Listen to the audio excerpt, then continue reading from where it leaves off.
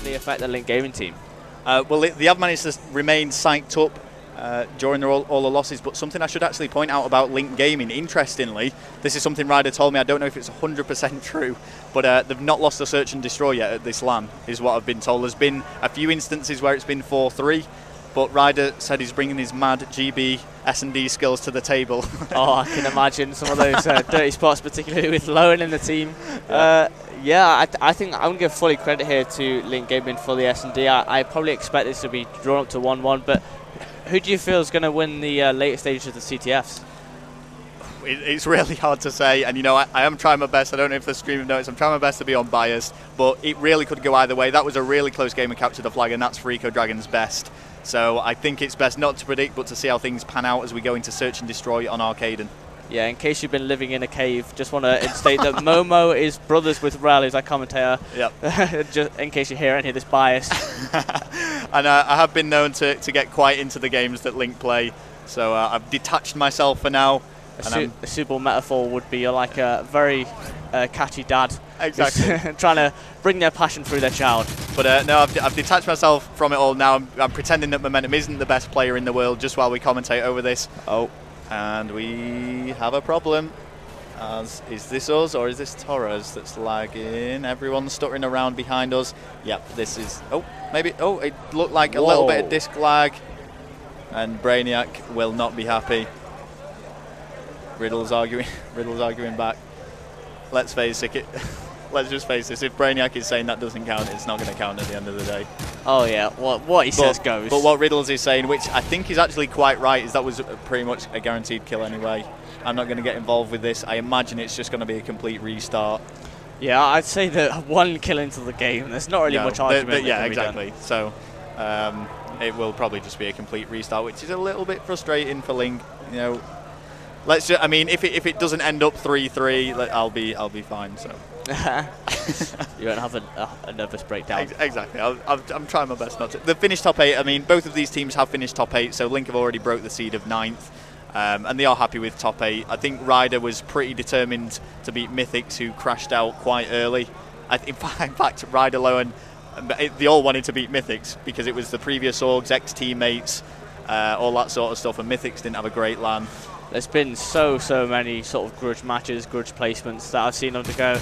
I'd like to draw focus to the Fariko Dragons Western Wolves. We saw Excellence matching up against Toby and Mac once again, and we saw Daredevil against Toby and Mac, and Torres against the people that they managed to lose to at EGL5 in the final. So it was a massive grudge game. But back to this, you see that Fariko is sort of going around the A setup, which is quite interesting. You normally only see A being planted at the early stages of the game in the 1v1, maybe 1v2 situations. Well, Nick does.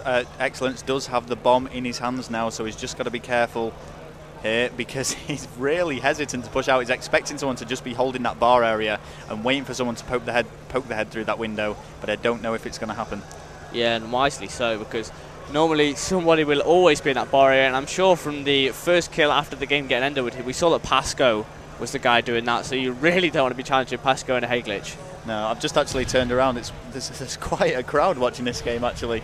There's a very impressive crowd congregated around this area. So Lowen actually does take out Torres, so it's 3 versus 2. Make that 2 versus 2 with Daredevil answering back against Momentum. Lowen and Pasco against Excellence, and Daredevil. Lowen gets the better of Excellence in a tense gunfight. Daredevil left on his own to clutch this for the team, and he doesn't have the bomb. Daredevil in a 1v2 situation, and Lowen's awareness getting the better of him. That's great play there from Lowen, immediately turning around after getting the kill on Excellence, and fully aware that Daredevil would be behind him. Maybe a bit of a predictable play from Daredevil, just running straight into that spawn. However, good awareness from Lowen once again. Lowen actually going 3-0 in round number 1, so already doing his part in an entire game of Search and Destroy, arguably. Let's see if we can maintain this form. And are we sticking to attacks? Are we watching attack and defend? How are we going to do this? Well, we're just going to go on the board with the attack, but we see Lowen with a sniper. Oh my, picking up Torres with the early snipe there, and he also saw another one. I thought for a second he was going to get the collateral. Unfortunately for Lowen, he's going to have to remain with that sniper, stick with that sniper for the remainder of the game. That's 3 down now against Fariko Dragons. 1 remains. I'm not sure which player is actually still alive for Fariko Dragons. Oh, and I'd like to go on board with Ryder, who's, I believe he spotted him in that corner, and he gets the kill on Excellence there. 2-0 in favour of Link, and they show no signs of weakness in this early stage. Yeah, it was Ryder who gets that final kill. We can see him now. And he goes down. Let's just bring up the scoreboard, see how things are going for the teams. Momentum yet to pick up a kill, but Lowen going huge on 4-0. Pasco also yet to die 2-0. The entire Fariko Dragons team, 2 kills in 2 rounds. Yeah, if you didn't hear that, Momo's on a donut. He's on a donut. He's on a donut. It's all right. And I'd like to go on board with Daredevil because he seems to be the only player in Fariko who's managed to pick up an early kill in the start of the game. He's going pushing that middle escalator area, but Ryder gets the better of him. Torres going for a bit of a counter kill there, however does not manage to get the angle on him. Ryder manages to spot him, but Torres going for the kill and rightfully does so.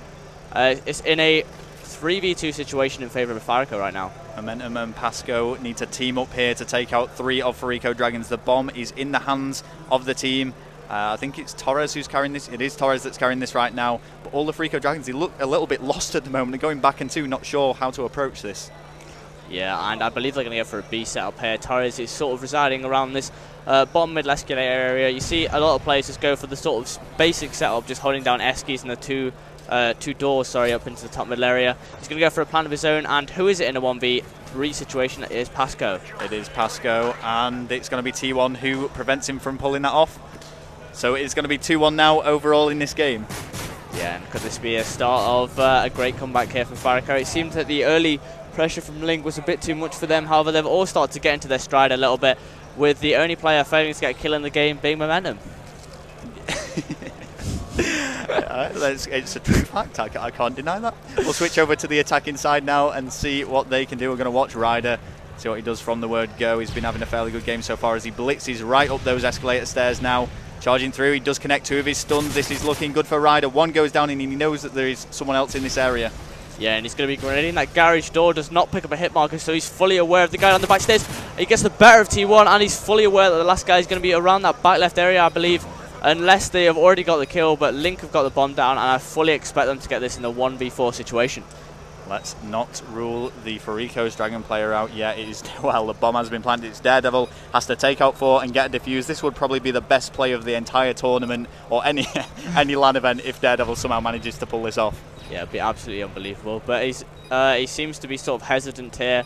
20 seconds to go, and this is not what you want to do in a 1v4. You sort of want to, you're picking up the early kills. He spotted someone on the bomb. However, Momentum is going to pick up the kill.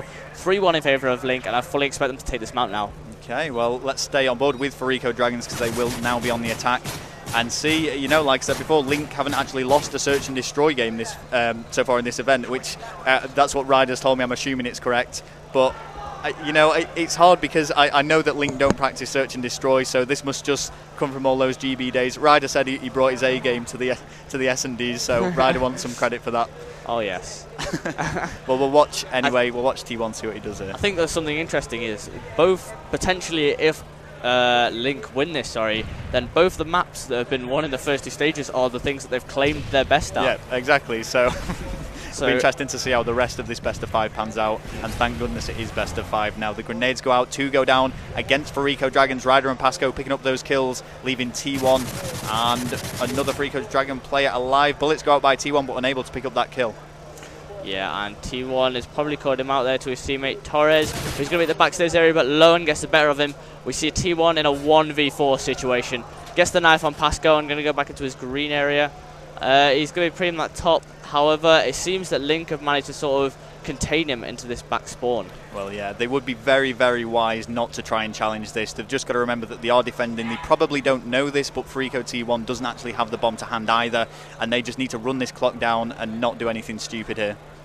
Yeah, and you see he's going to push into this back area where he knew one of the Link players was originally, taking his time very hesitantly, and he's just going to be checking every single corner, if I'm going to be honest. And he pulls out an ACR.